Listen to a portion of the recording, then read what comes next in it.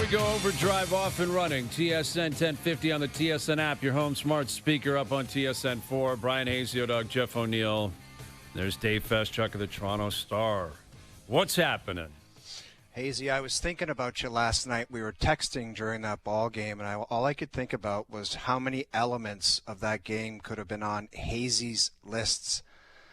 Like, I know you tweeted about Vladdy jumping in the air. That would have been on a Hazy's list. Yeah, and then you're right. we know what happened after that. There's like 10 different Hazy's lists that happened last night.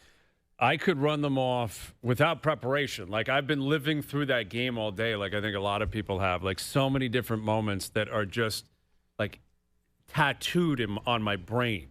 You know, of like, I can't believe that happened. I can't believe this happened.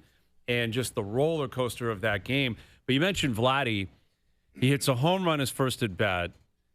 And then that dive into home plate, I've never seen anyone dive from where he dove from. No. Dude, it was like he left from halfway there, he started jumping. Yes. Like he was almost closer to third base than he was home plate.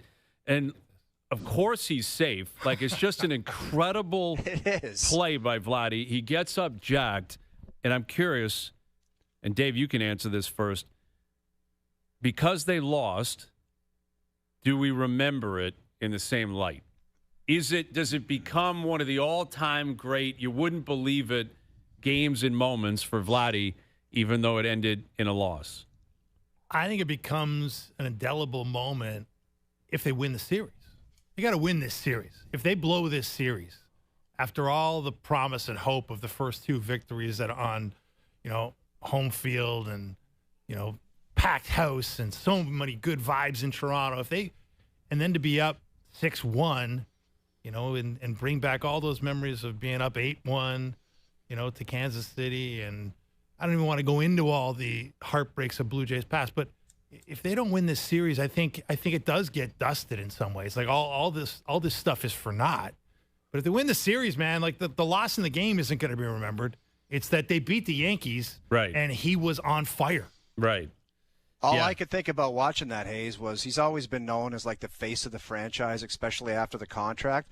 But seeing the hustle, I don't ever remember him chugging like that around third, and he's safe. And then I was like, maybe that guy just became like the real leader, and everyone's like, this is our guy, because we've seen him at moments at second base falling asleep, and it's like, is that what the face of the franchise does, the leader? But that was like, now it's time, and this guy's ready to go, and then they lose the game, and it's just not the same moment. It can't even be close, not winning the game. No, like right now it's deflating.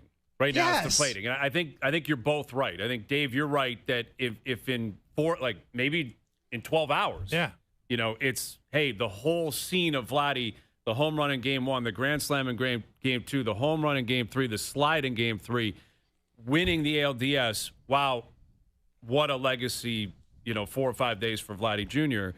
If they lose the series, it's just going to have such a different tone to it, clearly, where it will become more of a footnote. It'll be a memory. It'll be a cool moment, but it becomes almost equivalent to doing something large in the regular season or in an all-star game or something like that, because it's just not going to have the same feel to it if you don't have the victory that goes with it.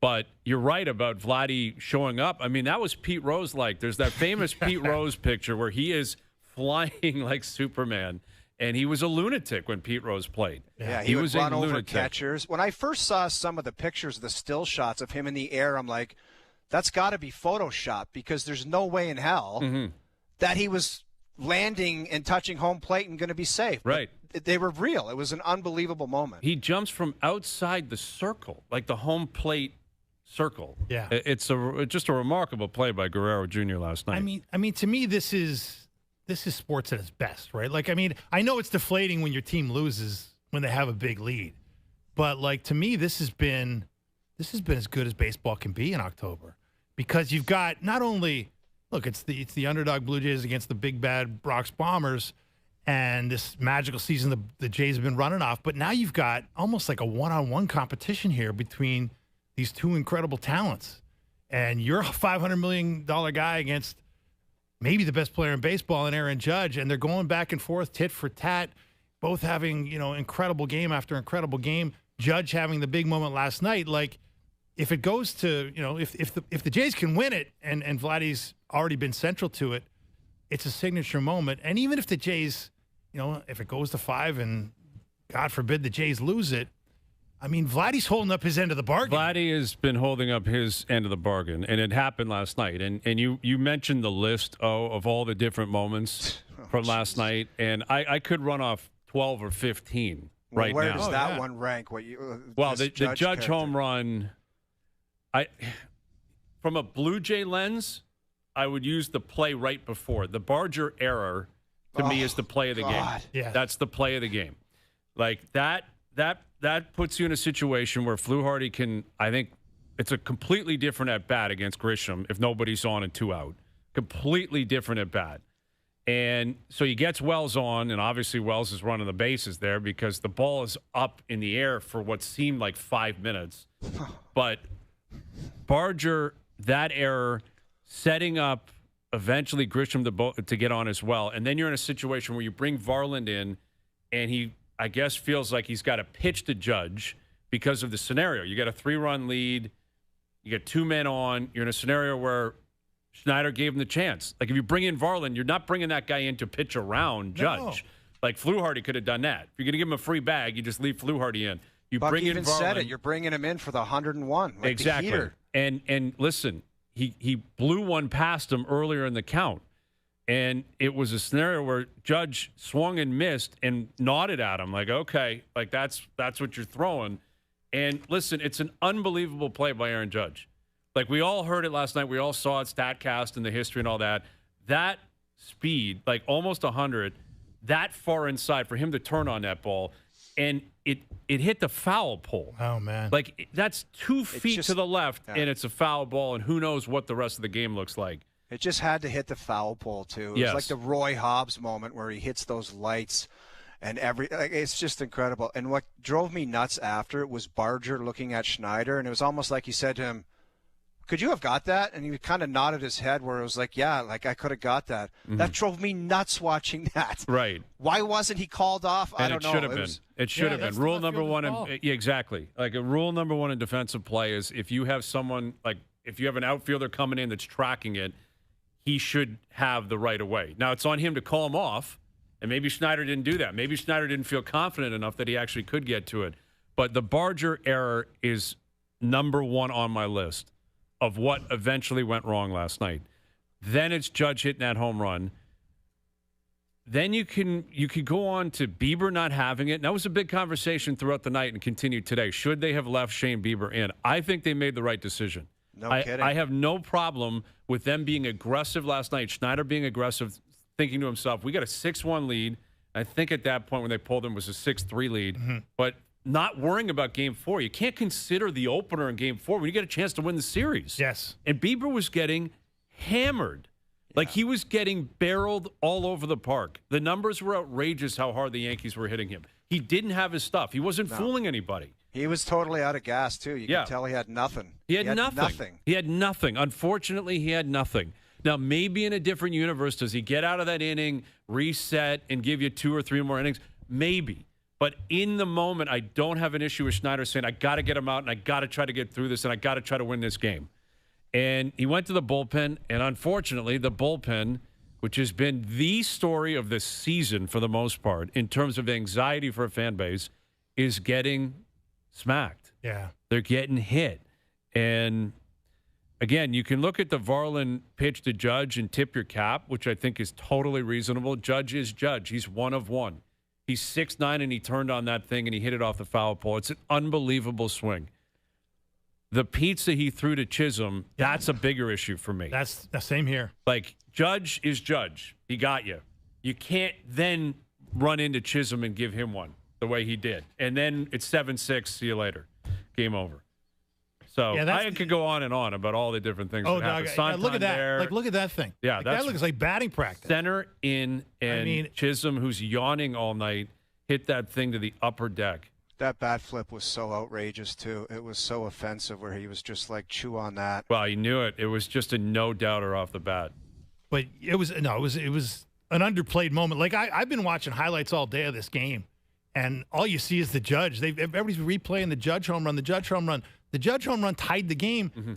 The fat pitch to Chisholm wins the game. Yes. Right? I mean, this is like let's not forget that. And guess what? The guy who threw it is starting tonight. Well, that's what's crazy is that Varland comes in. He had faced Judge 5 times. Judge had hit 2 home runs off him. Which, when you hear that stat, when he's getting set to throw a pitch, you're like, why is that guy even chosen at all? Right. This is concerning. And now, to your point, Varland, because it happened in the regular season a couple weeks ago, they're going to have him open tonight. And guess who is going to step into the batter's box second tonight for the Yankees? Exactly. Aaron Judge, who is alive now. Who is alive and is walking in with Varland. And maybe the plan will be, and I wouldn't put it past them, that they're going to walk him. I would not put it past them. Now, it may be considered what happens with Grisham at the top of the order. But if they get Grisham out, I'll bet you they walk him and just say, forget it, first inning, get out of the way, and we'll take our chances with someone else. But that's kind of what Savage was like. He was like, I'm throwing around this guy. That's right. He just said, I'm not giving this guy anything. I'll take the walk. That's right. I don't know how, after what he did last night, you would want to throw anything close to what that guy could crush. No. I mean, exactly. And that was the thing. He was ahead in the count. It was a 2-1 count. You had him on the ropes. Do what Gausman did in Game 1 and just throw low and away, and maybe he'll chase because he's so anxious to have a big moment. Like, again, full credit to Judge, but why even throw something close to him with heat? Off speed away. Down and away, let him go chase. And if you walk him, you walk him. So be it. He's done it his entire playoff career. Right? Yeah. Like, he gets frustrated. He's shown that again. Now, he's been, I think. His numbers have been very good. Last night, he finally arrived with that hit. He needed that hit. He needed a big one. He needed a big moment. He needed a definer, which is why I think people are showing it. And it was obviously I think that was the thing that bothered me if I'm a Jays fan last night is, look, it's tit for tat. You're playing heavy hitters here. You're playing the heaviest hitter in baseball in Aaron Judge. And when he hit that home run, game was tied, but it felt like the game was lost. You know, like when you looked at that dugout, when you looked at the body language, and when you looked at the way they played for the rest of the game, it felt like, they lost the game, even though if you really believe that you can go toe-to-toe with a heavyweight, you got to say, hey, tie game, let's go. Mm-hmm. Like, let's bring it. Let's give them another one back. And there was just no sign of that for the rest of the night. And that's what you worry about tonight. Like, does that carry over? The idea that that haymaker from Judge, the fat pitch to Jazz Chisholm, does that stuff kind of carry into tonight? Because they were both delivered by tonight's starting pitcher. Yeah, that's the crazy thing, that Varland is going to open tonight. He's appeared in all 4 games. Well, he will as of first pitch tonight in the bottom of the first. But Schneider was saying last night everyone's available, and they're not going to change now. Though? But I'm wondering why Kevin Gausman isn't at least in consideration to pitch on short rest tonight.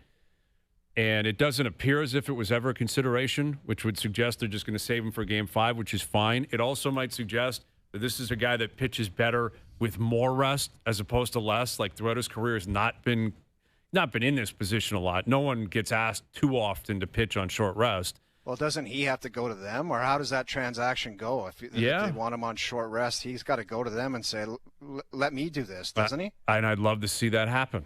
Again, I think that ship has sailed. Everybody would. I think that ship has sailed, but I would be much more comfortable with Gausman on short rest. And here's a question that I was asked earlier today. If you could go back in time, would you be more comfortable with Max Scherzer with the ball tonight? Because I think I would over Varland. Like, really? I think I would. I know what Scherzer looked like. This bullpen has been a disaster, and the aura of the moment is what you would be expecting out of Scherzer. No guarantees it could work. There's no guarantees this will work. This is going to be an all-time sweat tonight. Like, this is a terrifying moment. It's a bullpen game, and their bullpen's been getting torched. That would be a massive ask, though, after what Scherzer's been doing in the first innings, Hayes. I understand. To ask for a throwback Max Scherzer moment because you don't trust the bullpen, I don't know. I know he's Hall of Famer. He's had an incredible career, but to ask that just seems like. I get it, and it's not available to them. He's not on the roster. It's a hypothetical, but considering what we know now, and considering the scenario, how he's built, how he's wired, I'm not sure. It may be 50-50 in terms of comfort level. Scherzer with the ball or an opener tonight. Well, it's not that lopsided. Think how many times we had this conversation in roundtables like this throughout the summertime, lining up the starting pitching for the playoffs. And how often was Max Scherzer not on that list? Speaking of lists. He was always on it. He was always on it at the very end. Yep. Yeah. He was always on it. And it's like amazing how, like, okay, even if they win this series, like you are a little concerned about their ability to get through a 4-out-of-7 series because, throughout the summertime, we would have had Scherzer on that list, might have had Lauer on that list at times during the Barrios, season. Bassett. Barrios was on that list. Bassett was on that list at times, especially if he was pitching at home. We know the road splits were not particularly good at times. But, like, for that list of guys to no longer be viable candidates to start a big game, that's a big swing of events. It is. Now, again, they needed more out of Bieber last night. They got great starts out of Gausman, great start out of Savage. They needed more out of Bieber, and Bieber will get another opportunity. Right? If they get to the championship series, he will be back on the mound, and they will give him that opportunity, and they should give him that opportunity. The opener, it's foreign to a lot of old school people. The Dodgers just did it on their way to a World Series. The Dodgers do it. Other teams have done it. It's not ideal. Again, this bullpen is not as stacked as other bullpens have been, but the Jays, we use this term a lot down the stretch. They're still in the driver's seat. It's 2-1. I know. It's 2-1. The feeling is so different. When they're up 6-1, you thought this team's invincible.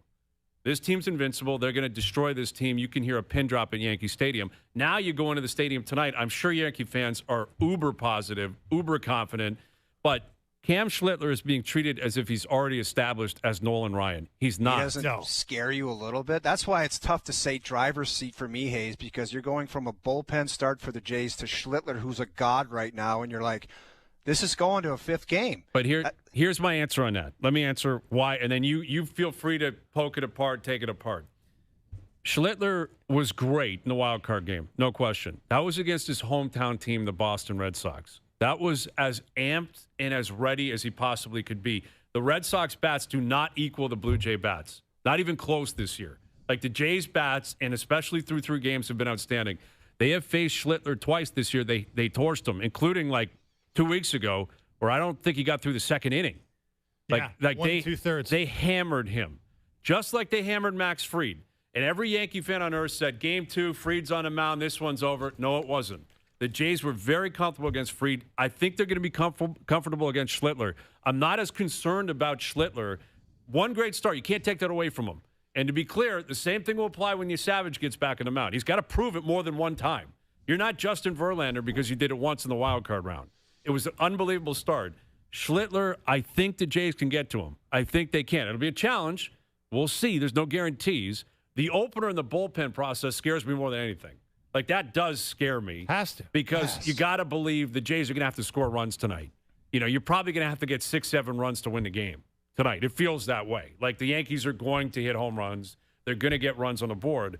But, again, the Jays, their offense has been very good. They hammered Rodon last night. Now, they had nothing going once the bullpen came in. But they have hit very well through this series. They're up 2-1. Schlittler's a kid, and they've hit Schlittler pretty well. So, still in the driver's seat. And last thing. That is so optimistic, man. I love it. It's not like you, but it's really optimistic. Last thing, Game 5, where is it being played? Yeah. The Jays have been great at the Rogers Center. The splitter's coming back when Gausman and/or Savage pitch, which the Yankees have not been able to hit in Game 5. And they have owned the Yankees at home in particular. So, I'm not going to sit here and guarantee a Blue Jay win tonight. I don't think it's a foregone conclusion the Yankees win. I think the Jays can win tonight. But even if it goes 5, will it be nervous? Of course. Will there be anxiety in that park? It will be insane. But can they still win the series? Come on. I mean, obviously the Blue Jays can still win the series. Yeah, I'd still rather be in the Jays situation than the Yankees. The Yankees have to win tonight. The Jays don't. Picking yourself up off the mat after blowing that lead, like you're mentally, like you're thinking of the celebration in the clubhouse, and then all of a sudden that gong show happens. That's going to be interesting amongst all the other factors you just mentioned, Hayes, because I don't know. I've never seen anything like that where it's like these guys are going to win the series, and then all of a sudden, off the foul pole, Jazz Chisholm, and then it's like it was a gong show, man. It was crazy to watch. I told you, Hayes, this is going to end up 15-6 now, and it was just incredible to watch. Wasn't far off. I know it wasn't far off. I'm with you, Hayes. Like Schlittler is still a rookie. Yeah, just as Savage is. Like he's got a lot to prove. To your point, to be considered one of the greats. I mean, this is like in a lot of ways in baseball. You talk to the deep scouts and the guys who really know the game. Like that's a massive advantage to being a rookie, right? Because teams haven't seen you very much. They got a little bit of video on you, not a lot of video. They got a little bit of tendencies, but not all your tendencies. You know, your Savage has got this kind of over-the-top delivery, which is very unconventional. So it's an advantage to hit people with that surprise element. But they learn you slowly, right? But they'll learn you eventually. And so every game you start, you provide information. Now, the time the Jays roughed him up a couple weeks ago, I know in Yankee land there was talk that Schlittler was tipping pitches, which is why the Jays got on top of him so quickly and chased him after an inning and 2/3. And they're saying that the pitch tipping is an issue that's been taken care of now. He's not doing that anymore. So we'll see. They figured that out in 2 weeks. I know. I'll believe that when I see it. But that's the storyline coming out of the Bronx. So we'll see what happens. But I'm with you. Like there's every reason to be hopeful that they could rough that kid up again. That's the hope. Again, defensively, they have to be way better than last night. It was Savannah Banana stuff last night. Like Barger, Kiner Falefa, the Santander adventure in right, and he's playing right field tonight. I have no idea what Schneider's thinking on that front. Have you ever seen anything like that? That looked like a guy that had 9 beers. Seriously, playing co-ed ball. The way he went down on the ground and his hand like bent backwards. I just was like, that's not major league stuff, man. To make a play, just watch the way his hand bends. When it, yeah, that's the guy that had 9 beers playing men's league and was like, I just didn't have enough at the end, and his wrist bent back, and then he's like, oh man, it was tough to watch. And I think the after reaction of him just laying there too, that screams the guy with 9 beers in right field. Dude, any other guy is like, I got to get up and make up for that. He was just like, screw it, man. That's by me, and I'm not doing anything about it. Yeah. Well, didn't that scream to me? It screamed like, what am I doing out here? Yes. Like why does the manager have me out here? Why is Springer DHing again? Why can't he play right field? Exactly. Like he's a much better athlete. Way better. And he's been DHing all year, unless there's something we're unaware of. Yes. But there's got to be something. Why is Springer not playing right field? You have Lucas playing left, and I'd play Miles Straw in right. Like Santander has had a couple of hits, and he had barreled the bat last night. Actually, Judge made a great play on him. Judge didn't look like he had 9 beers in right field last night, and closed on it and made a great grab off him, which could have possibly got them back into the game. But I don't understand Santander and right. You've got Barger playing third again tonight, which there's a part of me that appreciates they're going to put Barger back in and say, you've been great all year, go get it. He's clearly struggling, but they're going to give him that opportunity. But this is not the greatest defensive lineup for a bullpen game tonight. But you don't think that error is going to be in a kid's head going to third base, man? Like that scares me. That scares me big time. But it also speaks to, again, I think what this lineup says is they know they got to score runs tonight, and they got to try to hit home runs. Yeah. And off a righty with Schlittler on the mound, Barger can do it, Santander can do it, and Kiner Falefa can't, and Straw can't. And I think that's basically what it is. They're saying, give us 8 or 10 more at-bats where maybe these guys can hit a home run. And guess what? The probabilities, what goes around comes around. Just like the Jays kind of made a mess of the defensive side of the ball last night, the Yankees have a game like that in them. That's what they've done all year. They'll give away games to the best of them. Mm-hmm. So if you put the ball in play like the Jays have been doing all year, that's why the Jays are a tough matchup for the Yankees. Let's not forget that. And nothing changes tonight. Like, you put the ball in play, you do not strike out, you put pressure on the defense, and guess what? You put pressure on the Yankee defense, it'll shoot itself in the foot. Yep, that's what they've done all year. That's what was surprising about last night. It was almost roles reversed. Yeah. The Jays made a lot of self-inflicted moves last night and self-inflicted pain. All right, Steve Phillips coming up. We've got Dregs and CJ coming up. It's going to be a memorable night in Toronto, that's for sure. Leafs Habs down at Scotiabank, Jays Yankees at Yankee Stadium. You can't beat this tonight in terms of both ends of the spectrum. Could be two big wins. Could be the other end of the spectrum. Either way, it will be memorable tonight. So we'll tee up both games throughout the afternoon. Bunch of signings in the NHL as well. We'll tell you about that. And it appears as if there's one more that's just crossed the wire. Yep. We'll get to that and Steve Phillips next. OverDrive continues, powered by FanDuel, bringing you everything from the opening line to the final score. Brian Hayes, Yodog, Jeff O'Neill, Dave Feschuk. Jack Eichel signing an 8-year, $13.5 million deal down in Vegas. That's an extension. He's getting paid more than McDavid. That's what I was just going to say. Like, how much nervousness or angst is there to say, I don't care what the other guy just signed for, the best player in the world. I want more than that guy. Mm-hmm. In a tax-free state on top of it all. Right. We always hear about that. And today, Kyle Connor signed an 8-year extension in Winnipeg for $12 million per. So Marner, Rantanen, Connor, $12 million. Kaprizov, $17 million. I don't know really how that adds up, but it does, and they're all locked in. And Eichel, to his credit, that's a lot of money. Wonder how Mitch Marner feels about that Eichel's making $1.5 million more per year than him. Think Mitch is okay with that? Pretty well out there. Do you think any of them pulled the Phil Kessel where he said this has got to get done before the start of the season, or I don't? It wasn't Phil's demand, get this done before opening night, or I don't talk to anybody? I think that's correct, because we were in Montreal when they signed it. Yeah. And that was a big deal. 8 times 8 or something, didn't he? Yeah, it was. 8 times 8 for Phil, and that was 10 years ago. Building around a winger. How'd that work out? But it just seems like these deals are getting done at the last minute. You wonder if any of those guys said, once the puck drops, I don't really want to talk contract. So they're all like trickling in, getting done now. Yeah, it seems reasonable to suggest that. Also, if this was going to happen, again, why not do it in July or August? I mean, I don't know if everyone just leaves and they say, let's reset in September and we'll figure it out, or the framework's been established and they just got to work on some small details. But why does it have to come down to the wire? You know, like Eichel was 13.5. Was Vegas dead set on 13.25 up until an hour ago? Then they finally said, fine, we'll give you that extra $250,000 a year. Like, why does it have to be right before puck drop tonight for all these players? Like every editor in the world, why do you have to file right at deadline? You know, like, because you got the time, right? And the deadline kind of drives motivation. It drives inspiration. And and it probably does, to your point, it probably does iron out the details. You can't make a decision about, are we going to give him 13.25 or 13.5?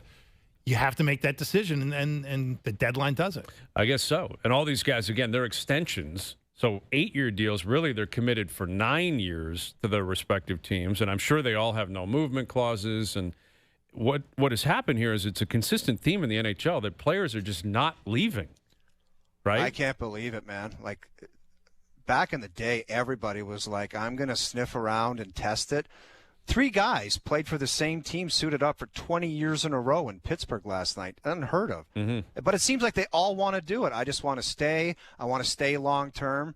That's very new in the National Hockey League. Before it was like no loyalty for the player. They couldn't wait to just test it out and see what else was out there. These guys love staying. They love staying, and their GMs love keeping them. Yes. And again, I understand it with these players. Like, I get why you'd want to keep Eichel and Kyle Connor, and Matthias Ekholm signed an extension in Edmonton today, and Kaprizov's a great player. I get it, but it is strange that both sides are just totally committed. Let's just keep the band together, and everyone's happy, and let's not even contemplate change. Yeah, like not one GM said, you know what, maybe this guy's going to stink in a couple years, and I don't want to be a part of it. Not one GM has thought of that. They all got to get these deals done, because some of them are going to stink. And it's going to be ugly the last 3 or 4 years of the deal, potentially. But they all get done. They all got done. Brock Besser went back to Vancouver. Yeah. Yes. After all that. Yeah. Look, I think the Kaprizov one is like an outlier, right? Like that's $17 million. That's a strange set of circumstances where the owner is involved. The owner is making a ground pronouncement a year ago that we're going to sign this guy and we're going to get it done.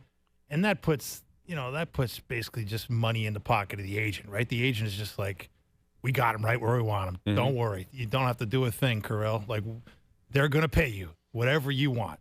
And that one is just, a market where, he was a homegrown guy, drafted 5th round, done everything they've asked. They gave him way too much money. And guess what? He wanted the money. But McDavid's a different beast, right? Like McDavid is. Well, that's an outlier on the other end, Fess. Like, no one else does that. Nobody else does it. Nobody else plays like him, and nobody else thinks like him. Because I was talking to Kaz on his show earlier today, like, people should realize, like, all these guys like to point to their agent and say, my agent made me do it. Like, talk to him. Yeah. He's the guy that negotiates my contract. McDavid and Matthews have the same agent. And Matthews didn't take any hometown discounts last time he signed. No, he didn't. And he did sign a short-term deal, just like Connor. And they're both going to be up at the same time, which is pretty fascinating that McDavid and Matthews will both be free agents at the same time. Man, people love talking about that, those guys just being up at the same time. Mm-hmm. I don't know. That's getting a lot of play, whether they're going to, like, team up some. I don't know. It's just. Yeah. Yeah, they are. I mean, and again, same agent, I guess. But if they stay consistent like everyone else in the league, they'll just re-up where they're playing. Like, the only guy that's really left is Marner. Like, at that level, right, of a player of, like, the status of the guys we're talking about here, only Marner is left. You really think McDavid, after signing a 2-year extension and giving the team a 3-year window, very awesome, he loves winning, all that, you think if it doesn't work, he's just going to continue to re-up, Hayes? I doubt it. I don't think so. I don't think so. But what if it does work? What if they're doing what Florida's doing right now and they win back-to-back cups? He's going to leave? Or is he going to hang on for the party? Is he going to stick around for the dynasty and build the dynasty up? 3 years is a long time. It's a long time for everybody. And again, Matthews no different. Those guys won't be young anymore. No, that's another thing. When they come up, like, there's this belief, well, they'll just sign for 8 years at that time and get $25 million. Is that smart business? We'll see. They've been in the league for 12, 13 years at that time. Right. Like, we will see what happens at that point, but that might be the turning point of what we're talking about here, where the teams say, we just can't do that. Like, you had your time where you wanted your short-term deals. Now we need our short-term deals. Right. We'll pay at that level for another 3 or 4 years. We can't pay it to you for 8. And look, like, a lot of this, like, you throw out the Kaprizov one, but all these other ones where you talk about guys staying, the teams have won. Like, the Golden Knights have won with Jack Eichel as their guy, right? I mean, obviously, Edmonton hasn't quite won, but to go to 2 Cup finals, it shows that you're on the doorstep. And so why would you leave at that point? You want to see it through. You go on down the list, like, all the guys come back to Florida because Florida's winning. All the why did the big 3 in Pittsburgh stay the big 3 in Pittsburgh? Because they won 3 cups, right, together. I mean, the only reason Marner's not here is because the Leafs didn't win anything. Like, he'd be here for sure if the Leafs had been a conference finalist maybe once, I would guess. I think you're probably right. It'd be a very different tone, and the mood around everyone would be very different. You guys think it only would have took a conference final for Mitch Marner to still be a Maple Leaf? Yeah. I mean, look, Dougie Gilmour and Wendell Clark walk around town like heroes. They never made it past the conference finals. I guess you're right. That's what's crazy about this Jays team right now. Everyone reveres the 15-16 teams for obvious reasons. The Jays are 1 win away from matching that. Yeah. They win tonight. They have done the exact same thing Batista did and Donaldson did and Edwin did. And now those guys did back-to-back, and same thing with the Leaf teams. They did it 93 and 94. Right. They were magical runs, and it was a bit of a different world in time at that point. But I do think a conference final at least gets the flies off you. For sure. For sure, it puts a different, it changes your reputation a little bit, and certainly your resume. And it'll be interesting what the vibe is like at the rink tonight. Leafs Habs, the last time people left that rink, it was as dark and ugly as I can recall. Dude, they don't care. They don't even remember that, man. You know how that works. They don't even remember that. It's fresh. It's new. It's the start of a new season. Okay. Going to be a lot of noses in phones watching the Jays game tonight, I think. Yeah, that's going to be tough for a lot of people, I think. If you're in a suite tonight, you're loving life. Oh, yeah. You get a Jays game on the suite, that would be a perfect setup. All right, Steve Phillips on Game 4. We'll catch up with Steve next. Now, back to OverDrive with Hayes, Noodles, and the O-Dog.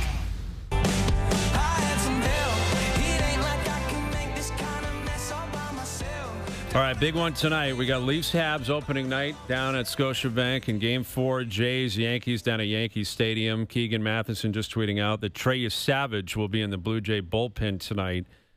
And Kevin Gausman will throw a modified bullpen today, and it would have to be a very unique spot for him to pitch in relief. So, how unique? Well, I guess if it goes 16 innings tonight or something, I don't know. If it goes deep into the evening, maybe there's a scenario where Gausman has to pitch, but basically, that would indicate Gausman gets the ball Game 5 if it gets to it, and Savage maybe goes tonight if they feel they need him, and if they maybe feel like we got a lead and we need to close this out, and we don't really want to go to any of these guys. Let's bring in the kid. Here's Steve Phillips, our TSN baseball insider. How comfortable are you in the idea of it being an opener for the Jays tonight? Well, I'm not comfortable with it at all in the ideal scheme of things. But the Dodgers won a World Series last year with doing it. Now, their relievers were a little different than what the Jays are running out there, and the confidence level that we have in them running them out there right now. I'm a little surprised, honestly, that it's Yasevich available in the bullpen today instead of Gausman.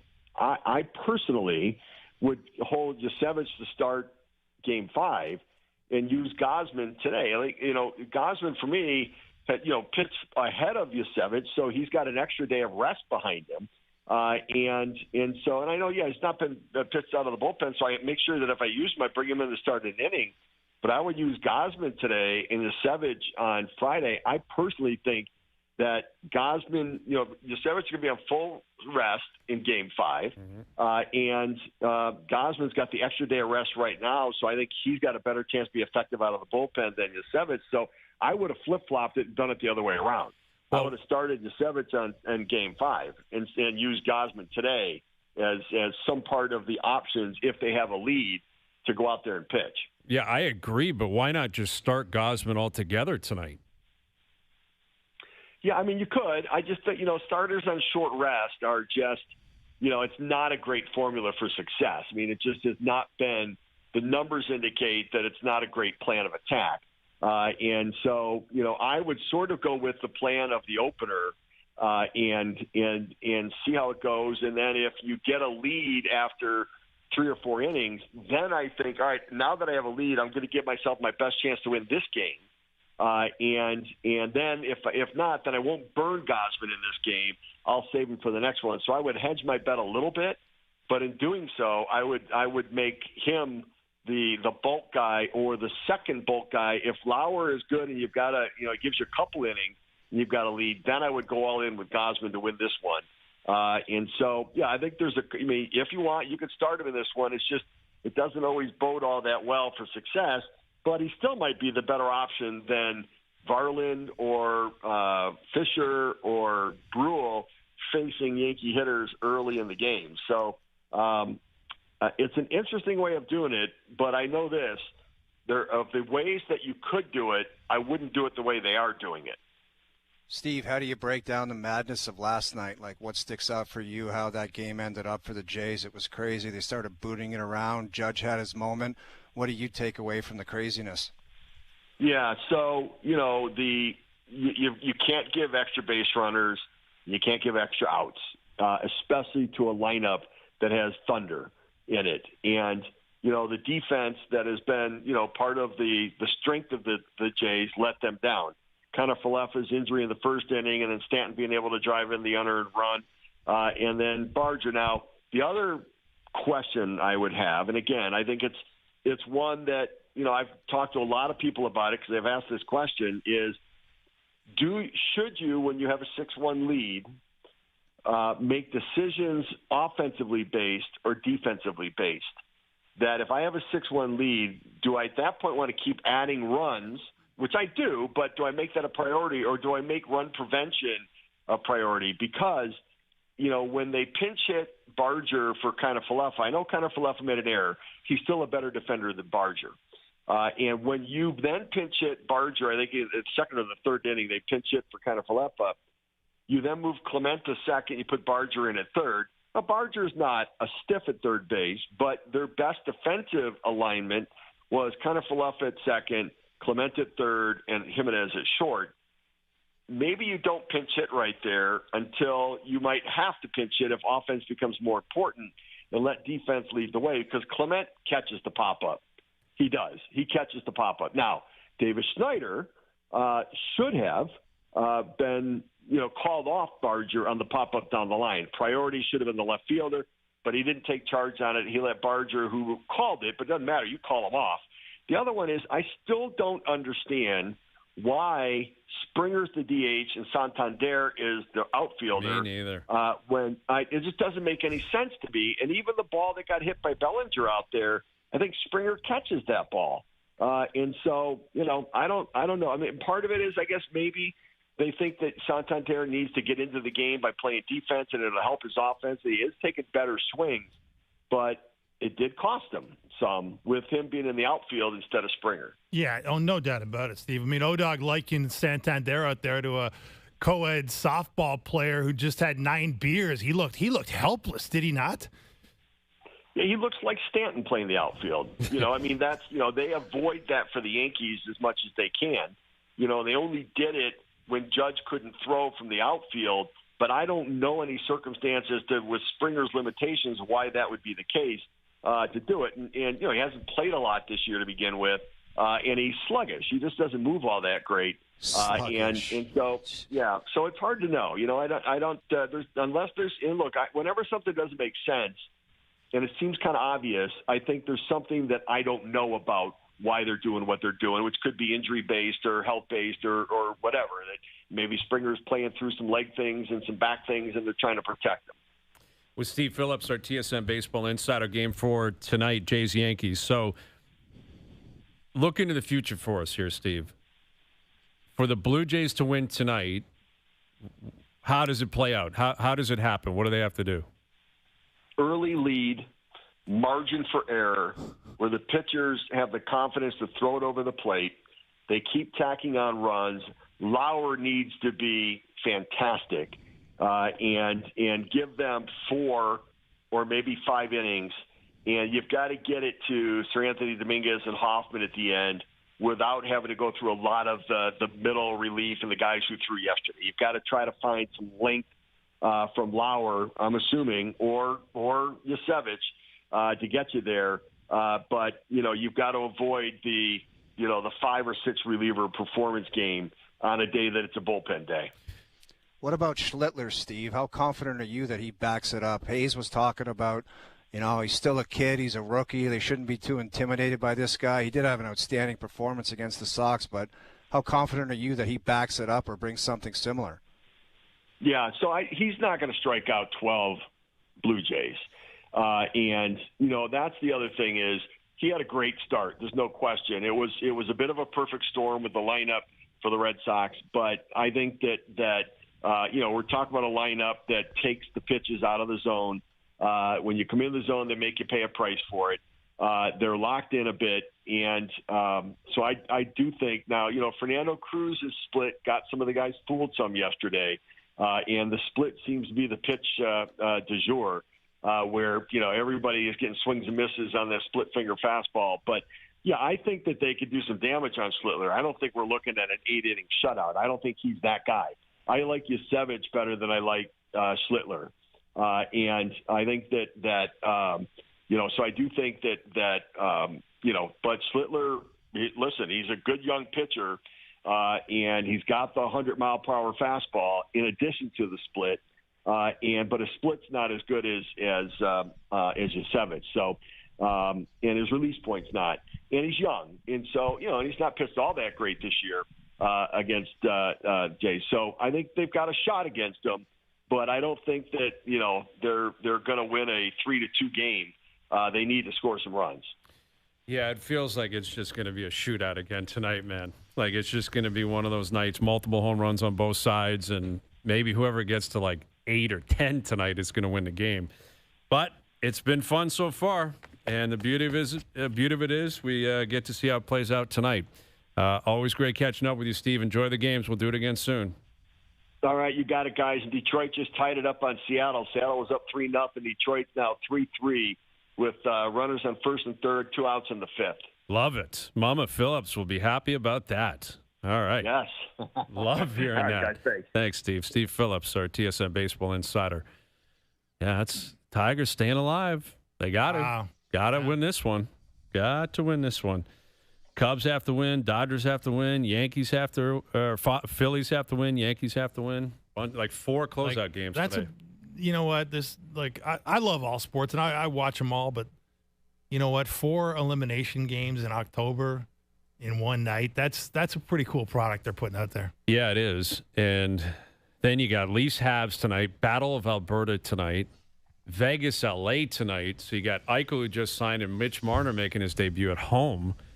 Like, I'm going to be up until 2 a.m. tonight. Yeah. I can already feel where this is going, and I'm more than happy to do that. Vegas, LA. LA's already probably like, we need a win in Game 2 after getting pumped by Colorado. That's how the stress factor works. Game 2, we better do something good tonight. Pumped at home, and then you got to go to Vegas for their home opener. Yeah. You're right. You start the season 0-2, you're like, everyone's pissed. Time. That's how long it takes. 48 hours. Everyone's pissed. It's quick. Hour 2 coming up. Overdrive continues. TSN 1050 and on TSN 4. This is Overdrive with Hayes, Noodles, and the O-Dog on TSN 1050.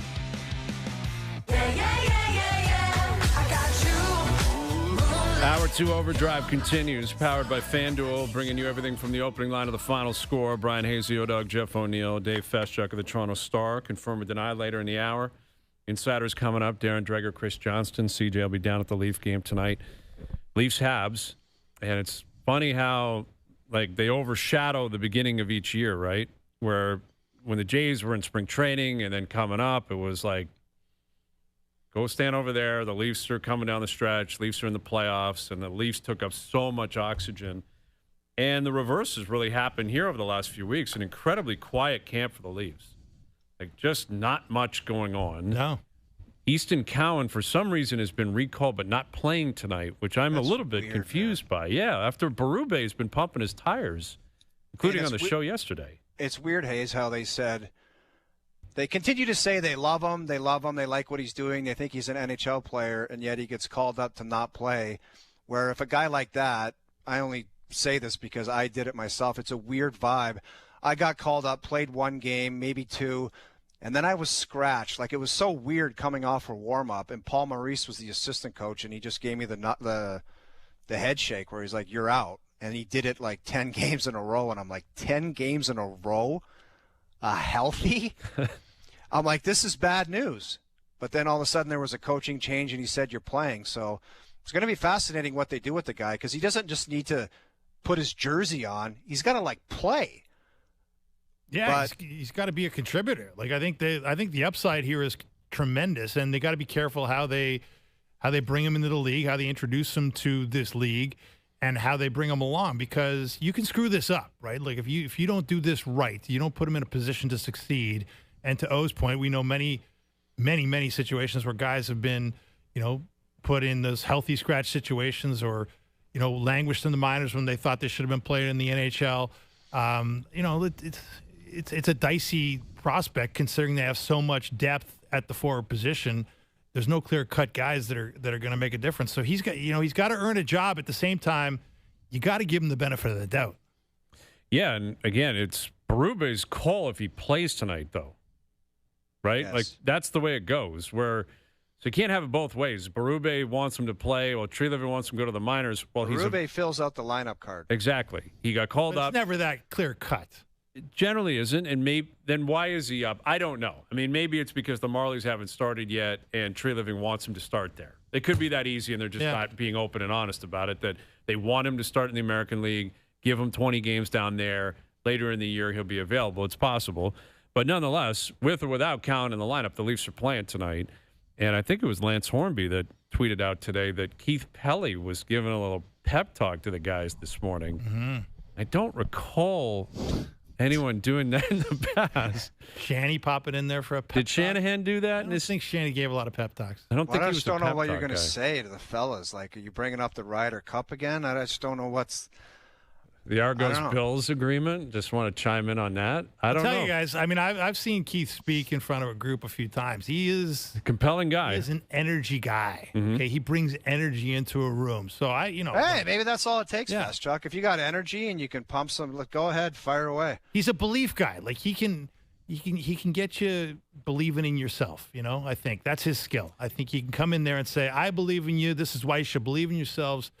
We're all behind you. We're going to give you every resource this massive organization has to give you, and we believe you can get it done." Okay. I like that idea. I'm okay with that. Now, the cynic in me, I'd ask the former athlete, though, like, if the players sit there, are they, like, waiting for the pep talk from the president and CEO? Do the Leafs actually think they work for Keith Pelly? I guess would be the way I would phrase it. Like, I hear what you're saying, Fast Check. If you work, if you're an assistant, an intern, or someone that's trying to move up the chain, that can be amazingly compelling. I don't know if the player's like, oh, I work for Keith Pelly. I don't think they look at it that way. So I just don't know if I would be in there listening to it, and then all of a sudden after he walked out, I'd be like, now I'm ready to go. Do you know what I mean? Like, I don't know if it would be the final thing from training camp to the regular season where if the president of the whole thing came in there, you're like, okay, now I'm officially ready to start the season. Right. Because usually they only come in there if, like, it's really hitting the fan and things are really bad. And you would know you're going to run into those guys at the Christmas party and at the charity events and all that. It's not that it's not cordial. It's that, you're stepping into their world, like into the locker room, into the dressing room. But let's not forget, guys, we got an interesting dynamic now where ownership is changing, right? The guy who was typically the face of ownership, Larry Tannenbaum, is on the way out. Mm-hmm. And Larry was in there a lot. Larry went into that locker room like the Raptors locker room, the Leafs dressing room, an awful lot. Like in wins and after losses, Larry Tannenbaum was shaking a lot of hands in there, patting a lot of guys on the back, trying to bring them up when they're down, congratulating them when they're up. So I think Keith Pelly's trying to step into that breach because there needs to be some bridge from the players to the owners. Representing the organization as a whole. Right. And that is Keith Pelly, that's clearly Keith right Pelly's now. job right now. Yep, and it's an important job. There's no questioning that. All right, we got Leafs Habs tonight. We got 4 games in the NHL. We had a few games yesterday in the NHL. We have signings today. A lot going on. Here's the Insider Roundtable. Darren Dreger and Chris Johnston joining us now here on the Maple Toyota Hotline. Look at these guys. Look at this crowd. I love it. How we feeling this afternoon, boys? I'm feeling pretty good. I'm actually parked at I'm parked at a Cabela's. I was going to say all's well here down at Scotiabank Arena. Okay. And Dregs, you're in Winnipeg. Is that where you are right now? Where are you? Yeah. I'm in Winnipeg specifically. I'm in a parking lot at Cabela's. I got the work done early. Did a bunch of sit-down interviews with all the stars of the Winnipeg Jets. Obviously, had to chew on the Kyle Connor signing, and then after that, Jack Eichel. But just a bit of downtime here, and then get ready for their home opener tomorrow. Okay, beautiful. Well, in terms of those signings, I guess we'll begin with you, Dregs. This is a theme happening throughout the league where if you're a star player, you stay in your respective market. Player wants to stay, GM and owner wants to keep you. And outside of Mitch Marner, everyone else has been kumbaya so far. Is this just the new NHL? And for how long is this going to happen before a superstar decides I'm actually going to test free agency? Yeah, I mean, that's a good question. And there's some good players that are obviously entering the final year of their contract that will be decent unrestricted free agents. But to your point, Brian, not to the level of Jack Eichel or obviously Connor McDavid. Kyle Connor, Kaprizov in Minnesota. But these are all cornerstones of their franchise, right? No different than Kaprizov in Minnesota. The Winnipeg Jets couldn't really look into the crystal ball and see a future, productive future without Kyle Connor. And Kyle Connor embraces what Winnipeg is all about. He's one of those guys like Connor Hellebuck, likes the outdoorsy sort of life. He's got a young family. So it makes sense for him to likely tie his wagon for the rest of his career to the Winnipeg Jets. And I would apply that same logic to Jack Eichel. Now, Jack Eichel's getting more money, $108 million, a heavy front-loaded contract, right? But he sees the Vegas Golden Knights as near perfect fit for him. The Vegas Golden Knights see Jack Eichel as a perfect fit for them. So why mess with it, right? Just get it done and live your professional life the way you want to. And know that you're a contending team and you have a chance almost annually to win a Stanley Cup. Dregs, did any of these guys have a mandate where it was like this better get done before the season, or they pulled a Phil Kessel and they didn't want to talk throughout the season? And like it seems like prior to drop of the puck, they had to get these done. Was that a mandate for any of them? I didn't get that sense. I didn't. Look, I mean, specific to Kyle Connor here in Winnipeg, they were talking on almost a daily basis. Kevin Shoveldayoff and the agent there, Rich Evans. And as I said, Kyle Connor made it clear he wanted to get a deal done in Winnipeg. However, the business side of things dictated that for the first time, the Winnipeg Jets had to pony up a signing bonus, $41 million. It's not chump change. So there was an appetite to get it done. Nobody wanted it to be a distraction. And in a small market like Winnipeg, I can tell you guys, this is like going into game one of a playoff series. Like, the city isn't electric, but there's a buzz because of this contract extension. So I think McDavid didn't want the distraction, and Jack Eichel's probably the same. They just wanted to get it done. But I don't think there was an actual mandate, though. With Darren Dreger and Chris Johnston. And, CJ, you said you're down there at Scotiabank, and we were talking about this, the Leaf lineup prior to you guys coming on. And we had Craig Berube on yesterday, and, he was pumping the tires of Easton Cowan like he has for 3 weeks and saying he's ready and we want him up here and maybe he will be available, kind of tipping his hand a little bit. And then Cowan gets called up tonight, and he's with the team, but he's not in the lineup, which would be Berube's decision. So how do we juggle this? Why does Berube love Easton Cowan, think he's ready for the NHL, but he's not playing tonight? Well, I think two things can be true at once. The Leafs feel that Cowan performed more than well enough in training camp that he earned a spot on the team. And that's, that was reflected in the way Berube has spoken about him really since the early days of camp, right through to here, the start of the season. But the flip side of that, I think at the same time is, they don't want to put too much on his plate. And I think that they're kind of going through, those two things. And really it's kind of a weird last few days, I have to feel, for Easton Cowan, because he had such a good camp. It was all positive. And then because of the way the cap works, the Leafs sent him down as part of the gymnastics they were doing, just for a day.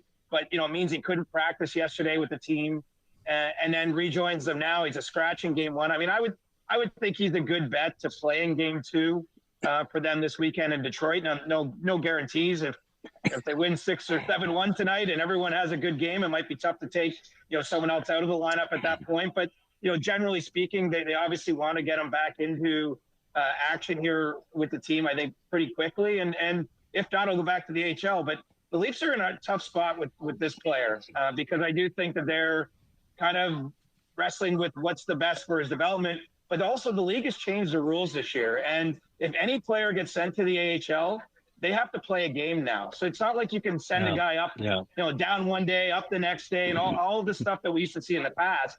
And so when it comes to Easton Cowan specifically, I think where you're worried about or you're very cognizant of his development, they're going to really have to plan when he goes down, when he comes back up. And so, I get the sense that they don't have the exact plan in stone just yet.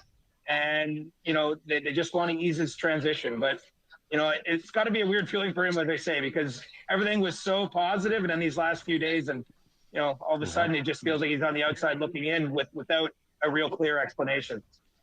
It's so weird, CJ, because he was tied to his line mates, Lorentz and Lawton, and it was like everything was positive. And then when that went down, all of a sudden he couldn't play in the NHL, which is a weird vibe for such a talented player. And if the Leafs do have success tonight and they don't change their lineup, you would think that's not good for Cowan. He's probably got to go down because the one thing for his development is he's got to play. Yeah. Right. And I do think that that's not a bad big picture. If he spends the first month in the AHL, I don't think that's the end of the world by any means. I don't either, man. The best thing for Easton Cowan is he knew this year, right? There's none of this junior stuff anymore. Like, he knew he was becoming a pro hockey player. He, with the way the Leafs have a setup here, he knows he's going to live in Toronto, and it's just a question of, is he with the Marlies or the Maple Leafs at any given time? And he's critically important to this organization. I mean, when you're in the spot the Leafs are, you just traded away so many picks over the years. By virtue of that, you're not going to have a lot of prospects. And he's, obviously at the top of their prospect list. He's moving into a player now. He's not just an idea of a future thing. But, getting him up and running, I think, is they're gonna do what they believe is best and be very thoughtful of this specific player. It's not just about the team. So, I'm willing to give them kind of a little bit of time here to see what that looks like. But, I can't imagine you're going to see him scratch too often in the NHL. I think if that's the case, they'll just be playing games down at, with the Marlies.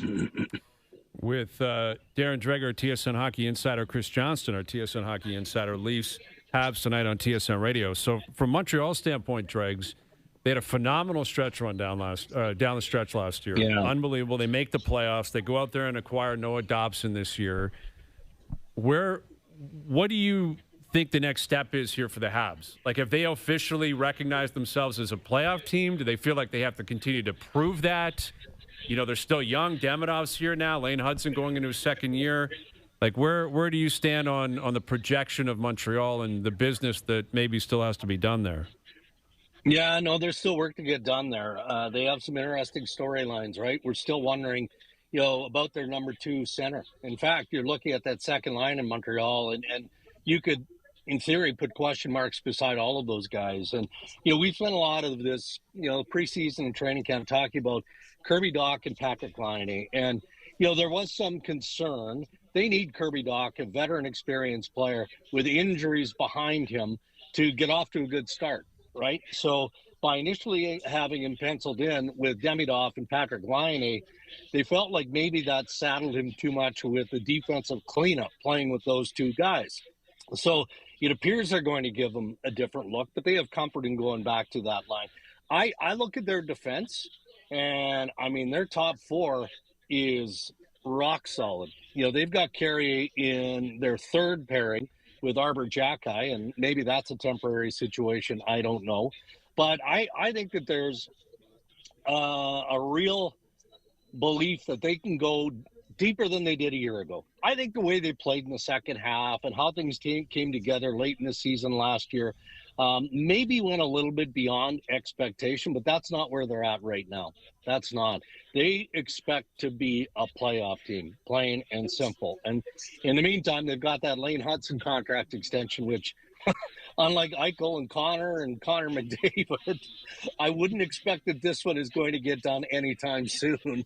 It's Why a bit is of a that, mess Dregs? there. That should be a layup, shouldn't it? After what's gone on the last few days, isn't that contract a layup for those guys to get him done?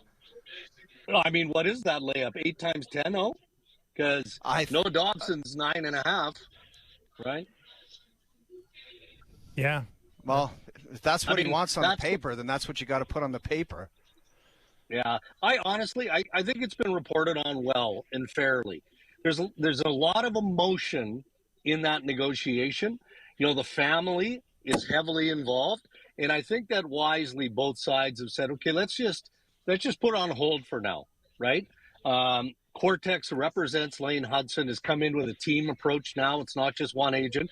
Darren Ferris is overseeing it. Ryan Barnes is involved. There might be a meeting with Ken Hughes, the GM, Thursday in Detroit. So tomorrow in Detroit.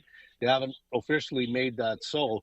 But it's a bit of a spicy meatball right now as far as the overall look of this thing is. So I think they needed to calm down. Guys, what did you make of the Oilers continuing to do some business as the reverberations of Connor McDavid's contract extension continue to be felt around the league? How did you interpret Matthias Ekholm signing up for 3 more years at $4 million, which is obviously a discount off his current cap hit of $6 million?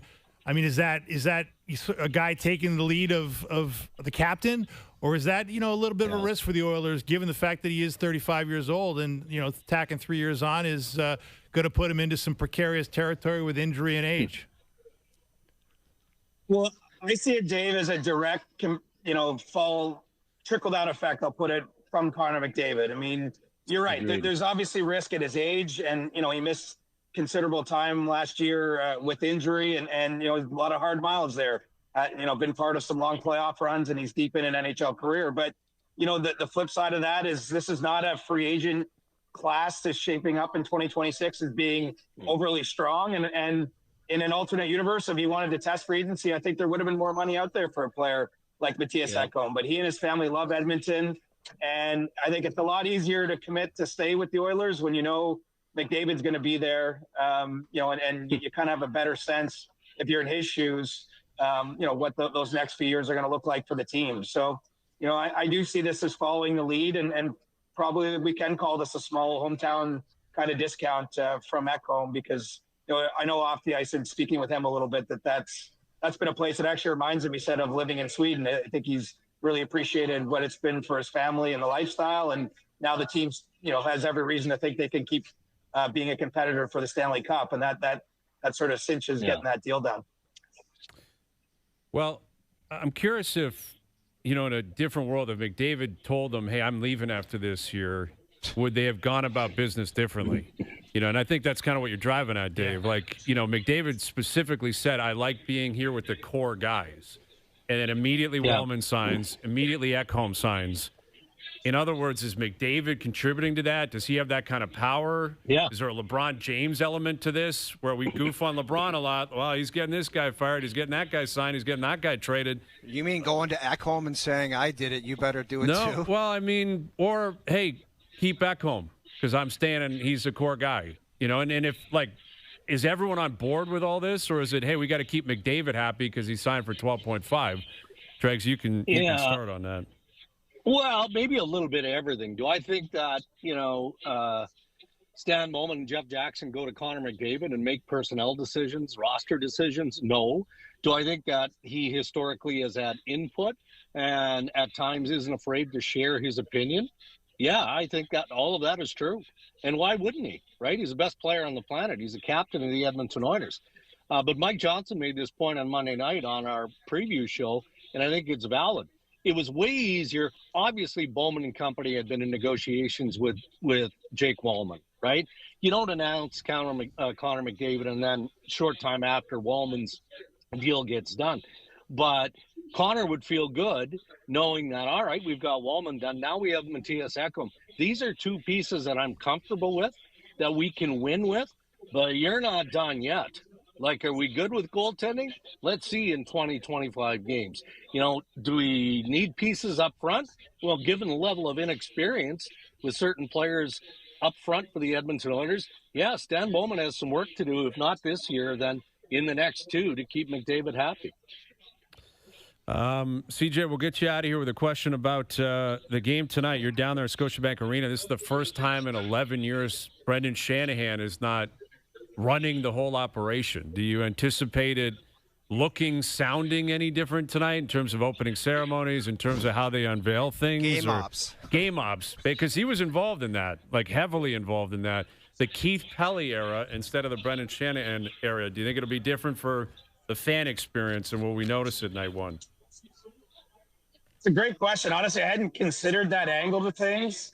I do think it's possible. I know from speaking with people around the Leafs that they've felt some changes behind the scenes, not just pursuant to Brendan Shanahan being gone, but with the change in ownership and Rodgers, having a bigger influence and ownership stake in the team. And so I do think things are shifting a little bit, but I don't know if that's something we'll see or feel in this game. To be honest, I'm most wondering, what's the vibe going to be like in the rink? Is everyone going to be watching a baseball game on their phone? If the Jays, hopefully Vladdy hits another big home run early in the game, are people going to react to that? It might be kind of a strange home opener just because there's such a big baseball game going on at the same time. But, it's definitely the start of a new era. I can even say the little bit I've been around Leafs camp that there's been – I would say a little more access granted to the reporters. I think that's something Keith Pelly, if you remember, talked about in May. But it seems like they're extending an olive branch. I'm not pinning that on Brendan Shanahan. It wasn't his job to do those types of things. But certainly, there's big changes behind the scenes with the organization, and I think it's only a matter of time before we see some of those things manifest themselves in things that we can see or get a sense of, at least in the role I have here. All right. Well, night 2 of the NHL. It's gonna be a blockbuster this evening, man. You got Leafs Habs, Battle of Alberta. You got Mitch Marner making his debut in Vegas tonight. It's going to be awesome. All right, boys, we'll let you get back at it. Thank you for doing this, as always. Thanks, guys. Thank you. There they are. See you guys. The Insiders. Chris Johnston, Darren Dreger joining us here on the Maple Toyota Hotline. Get in and go where adventures take you in a new 2025 Tacoma for Maple Toyota near Canada's Wonderland and the Maple Auto Mall. Visit mapletoyota.com. Yeah, Keith Pelly was like, Carlton, I don't want you to come out there. I don't want you to bang the drum. I don't want the flag. I don't know. Totally different game ops. You're being facetious, but Andy Frost was the voice of that rink forever until Shanahan showed up. That's right. And Shanahan decided he won't be anymore. Yeah. So that was one thing. The anthem singer, Shanny, was all over. The anthem singer was different. What the goal song was. Shanahan was involved in all of that. Oh, yeah. So someone's got to be involved in that stuff. And I don't know what Keith Pelly's going to do there. I mean, Keith's a showman, like you said, Dave. Like Keith it's the entertainment business, and they're trying to win. And I don't expect it to be crazy different. I don't think it has to be crazy different.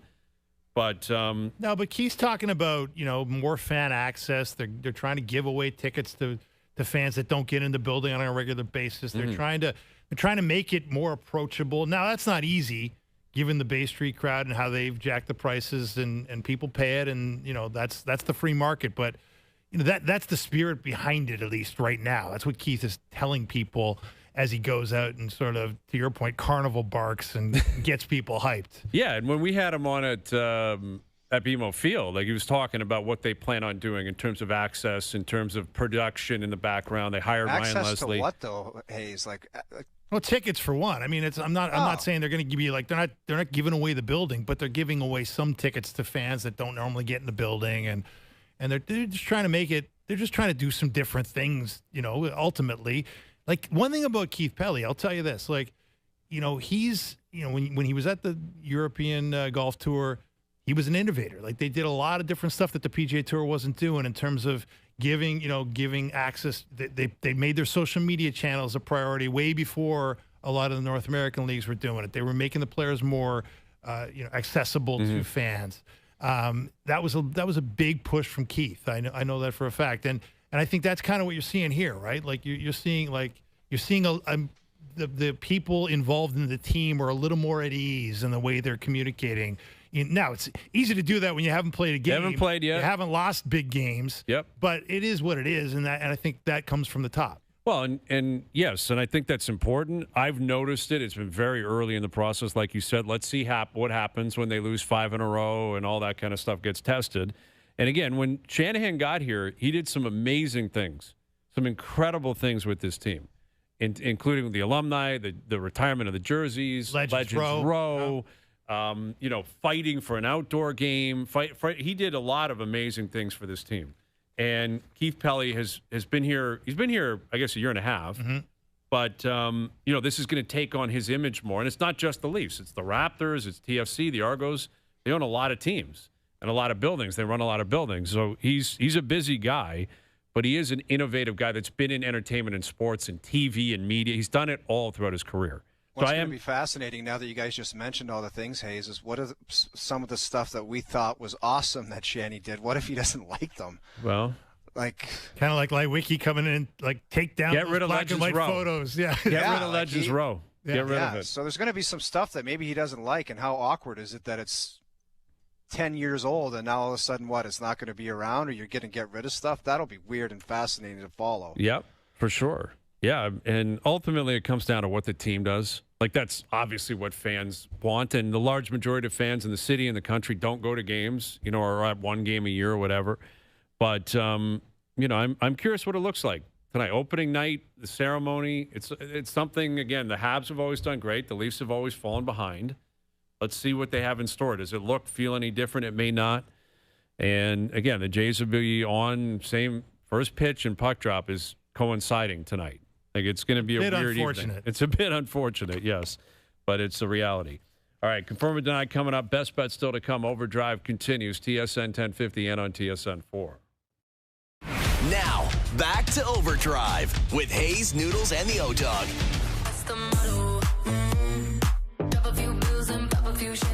Tell you guys one young superstar to watch and be interested in catching a little bit of that Blackhawks versus Panthers. I don't know what those Hawks are going to be up to this year, man. And Bedard, it might be another year where he's just like how many years is he going to be wanting to do that? Well, they got outshot 17-3 in the first period. Man. Yeah. And that's tough when you're a young team and the other team's old and they're missing players and they've won cups and they probably look down on you and they're like, and I think whatever. they scored like 2 goals on like 5 shots, and there's no Barkov, no Kachuk, and I don't know. It was just watching it. There's some good young players there, but it's like it might be just another miserable year for Bedard and the Blackhawks, which is it's unfortunate, but it does have an Eichel in Buffalo vibe to it. Yeah, that went to the wrong place. They didn't have anyone else around you. You know, the management just isn't going to be able to figure it out. Like Chicago went through, like they obviously had that incredible run, and then everything turned over, and they went all in on Bedard. And when you do that, like when you go all the way down to the woodshed, and that's effectively what they did. Yeah, it's very, very tough to build back up. Very tough. Like Buffalo's been trying to build back up for 12 years. Yeah. Dude, think about those Buffalo fans watching Jack Eichel first go to Vegas and win a Stanley Cup and establish himself like as just an elite two-way guy that can still score, and he just re-upped for 13.5. I know. Like if you're a fan of the Sabres, you're like, that was our guy. But you're just what you mentioned, Hayes, there wasn't enough around him in Buffalo either.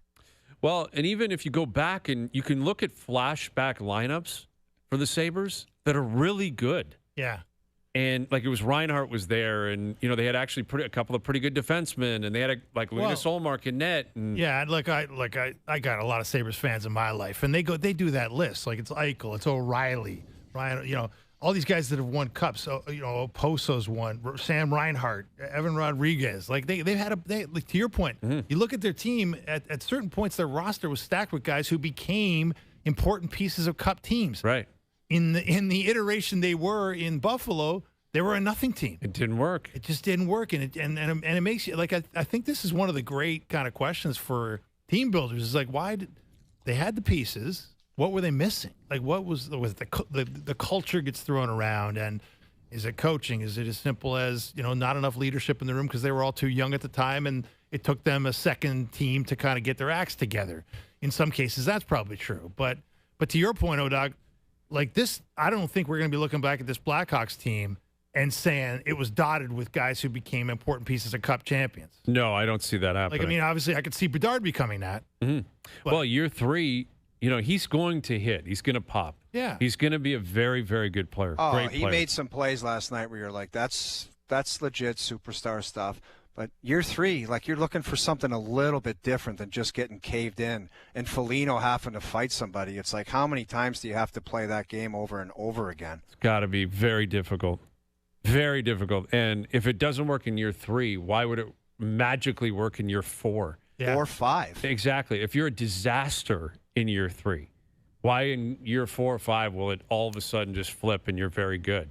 It doesn't work that way. You have to make incremental steps. You have to kind of, like, look at the Habs. The Habs kind of dropped down and fell out, and then they had Suzuki, they had Caulfield, and they picked first overall. They took Slavkovsky, and they had picked Gooley one draft, and they obviously took Hudson in the second round, but they had Montembeault, who's a little bit older. Like, you go on and on and on about these different pieces where they realize we got to slot this in, and we got to get that guy, and we got to get this veteran, we got to win a trade, we got to take advantage of our cap space. Like, there were different things that put them in this position where now they've taken steps, and they're going to keep growing and growing and growing, and I think they'll keep getting better and better. But I think if you get rid of everything and you put all your eggs into the basket of one 18-year-old and nothing else is there, it's just never going to work. It can't. It can't. It's not basketball. Yeah, exactly. It can't, and that's effectively what Chicago's done. So it's tough to say you feel bad for Bedard. He still is playing in Chicago, first overall. He's going to get paid. His contract's going to be fascinating. Yeah. Because he's an RFA after this year, and you presume he stays in Chicago. But if they are horrendous and he puts up a good year, 65 points, 30 goals, What's he going to get? More than Eichel, McDavid? Yeah. He'll probably ask for it. If it's an 8-year deal, he'll probably say, I want 14 or 15 million. Well, and he'll get it. They have to. They'll literally be no choice for the Blackhawks to do that. I guess so. Because that's the ultimate situation where if you're his agent and he says, well, the team's asking me to take a hometown discount, you say to him immediately, do you trust this management group to spend the money that's taken away from you on something productive? You might as well have it. Well, and there's no bridge deal. Now, maybe he looks for a bridge, but he hasn't been making the money so far. Right. You know, it's not a scenario, again, like McDavid's been making money for 10 years. Yeah. Where but he might do the bridge, Hayes, and say it's same as McDavid. Not obviously a different marching orders, but he might say you're getting 2 more years or 3 more years to get this right, and if not, you know what's going to happen. That would be my play. That would be my suggestion to him. Just ride it out. Yeah, just say let's sign a 3-year deal or whatever, 4-year that gets you to UFA status, and say this is it. Now you're gonna have to pay me a lot for the 4 years, but you got to figure this out, and we'll determine if it's going to work for me beyond that. Yeah, that's probably smart. Advice. You'd be like, I'm prioritizing my freedom here because you guys have shown me no reason to believe that I want to stay here long term. Yeah. Like, where is the faith? Why would you have faith that they're about to turn it around? Tough. Whenever we talk about the disasters, it is a feather in the cap of the Leafs young players for the last 10 years because from the word go, Hayes, you said it every year, they're getting 100 points and they're getting in, and they did it. They haven't had the playoff success, but they weren't that disaster where everybody was like, what the hell was wrong with these guys? Like, they were automatic 100 points. They made the playoffs every single year. Austin Matthews has never gone home on April 15th. No. At any point in his career. Not once. And that was lucky in some ways, but also, you know, we talked about Shanahan. Shanahan put a lot of infrastructure in place for them to have that success. Yeah. Had Babcock, had Lou, kept the right veterans, and they got in, and then they established what it was, and they just kept growing and growing and growing. And that's very fortunate, very rare. Like Matthews, first overall pick, walked right in playoffs every single year. Pretty incredible. And he's been a big part of that, like very responsible for it. He was great his rookie year. He won Rookie of the Year. He's won hard trophies. He's done a lot. He had running mates. Marner and Nylander arrived at the same time. Hyman showed up at the same time. Think about how good those players are. Like those 4, like because you include Hyman. Hyman scored 50 I totally forgot in the league. about Hyman. How many years has he been gone already? Well, it's been 4 or 5 now. Time flies, but like you think about if they didn't kind of make the missteps they made, you know, like the Kadri trade, letting Hyman walk for nothing, or 2 that really popped to mind. Mm-hmm. I mean, winning a few contract negotiations. Well, that would go a long way. That was never going to happen because we can and we will was not the thing to say when you're trying to go to hardball negotiations, Mr. Dubas. But that's water under the bridge. Water under the bridge. A lot of money in many agents' pockets, but yeah, like it's give Shanahan credit. I'm with you, dog. Like you have to give. Like it's easy to run down Shanahan's time here because of all the heartbreak in April, for sure, and that's legitimate. Like this team is so unique in that it's been such a juggernaut in the regular season and such a disappointment in the playoffs. There's almost been nothing like it in NHL history before them, right? Hayes would say every training camp, he's like, I know, or they'd struggle early, and he'd be like, they're still going to get 100 points, and every time he said that, I'd be like, are they? Like, are they really? And sure enough, they did, man. They got to a hunch plus. Yeah, it's almost and they were in every time. So, like it's almost insulting to say this, and I've said it many times, so I might as well consistently say it. They're a regular season juggernaut. Yes, they are. That's what they are, and they have been for 9 years. A regular season juggernaut. Now, why that's insulting is because you have to distinguish regular season from the playoffs, and it is truly unlike anything we've ever seen. And that's why when you start a new season tonight, you wonder, how is it going to be different this year? And we don't have the answers. Now, one of the core guys is left. They are a massive team. They're literally a really big team. Like, they got a lot of size on their team. I believe pound for pound, they're the largest team in the NHL. I don't know what that's worth.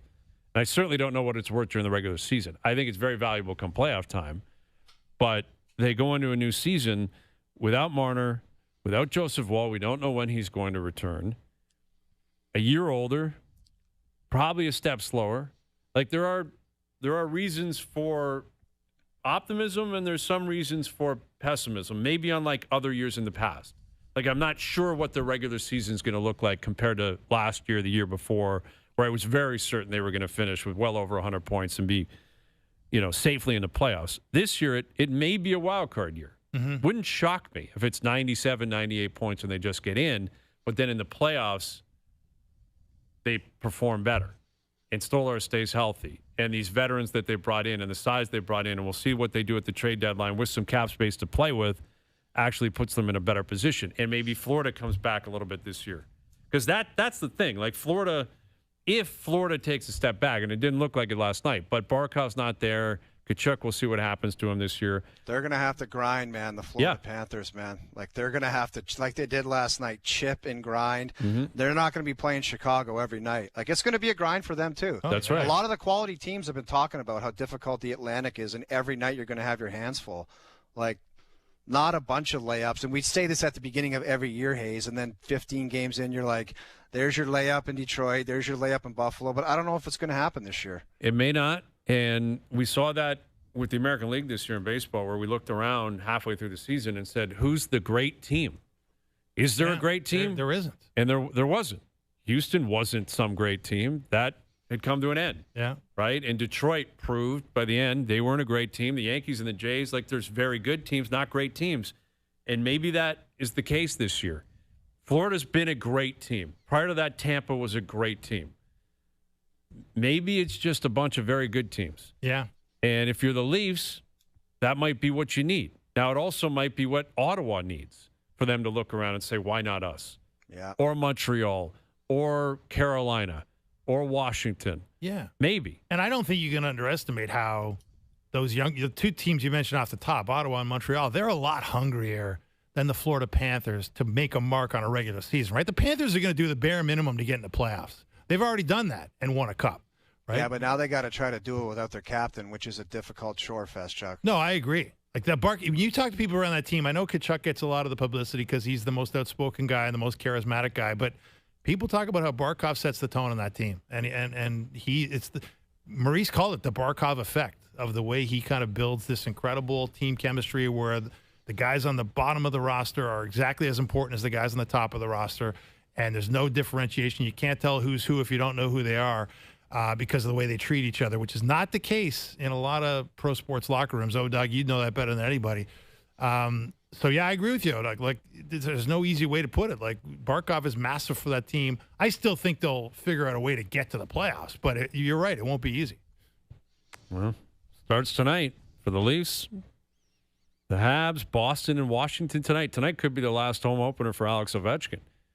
I think it probably is going to be. Feels like it. I think there this was is the something swan leaked song. where they were doing something every game, where they were making some kind of puck or ticket stubs. Leaked. Ticket stubs. So ticket stubs. So when that happens, it's probably going to be his last year. I don't know if he's going to go play in the KHL, but I think he will. He'll go over to the K and just get propped up for 3 or 4 years. Oh yeah. He'll. Can you imagine his off-season workouts for the KHL? Like, he probably won't put his skates on, and we'll have an agreement. I'm not doing training camp or anything. Well, that's what Jerry Jagger does. Jerry Jagger's playing at 53 over there. He just puts his gear on and goes and starts skating. He owns the team. Yeah. He can do whatever he wants. And that's in, like, the Czech league. Yeah. I know. But it's known, Dave, that if he doesn't play, nobody goes. So the guy has to wheel out there at 55 years old. I love it. It's like, how long long can can you he still continue wanting to to see that? He loves it, though. He loves the game. I understand that, but like a ticket seller, you're in Prague. You've probably seen, you guys been playing for 40 years. Yeah, it's true. I got to go see Yager. He's playing tonight. I mean, he's the legend. You can, there's always a new kid that wants to see the kid, like see the legend, right? Some dad wants to take his kid to see the legend. Is he? Okay, yeah, I guess so. I guess I'm more of a cynic than you. I don't know. But I'd like to see him play. Like, I'd still be interested in going to watch him play once a year just to say, hey, he's still out there. Can you believe it? Ovi and the K is going to be something to see. Which is bizarre, though, because he could, like, after what he did last year, he could string together 2 or 3 more solid years, couldn't he? Like, come on. And maybe he will.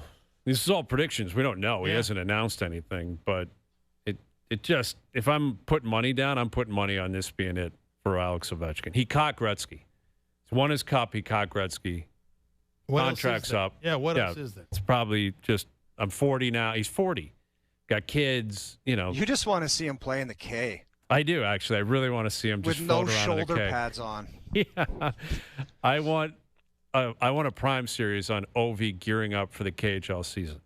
I will watch that, and I will watch that 15 times straight. That'll be the new Seinfeld for me. I'll watch it every single day. It'd be good. 15 years. He could be like hockey's version of a place kicker. Like he just like glides from the bench to the spot on the dot during the power play and just stands there. Mm-hmm. And like you tee it up for him, and he puts it in the net. He will.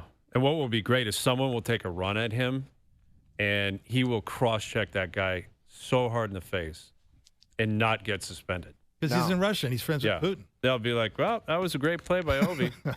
Good play by Alex Ovechkin. All right, best bets coming up on the Toronto teams, both in action tonight. We'll get to that next. Now, back to Overdrive with Hayes, Noodles, and the O-Dog.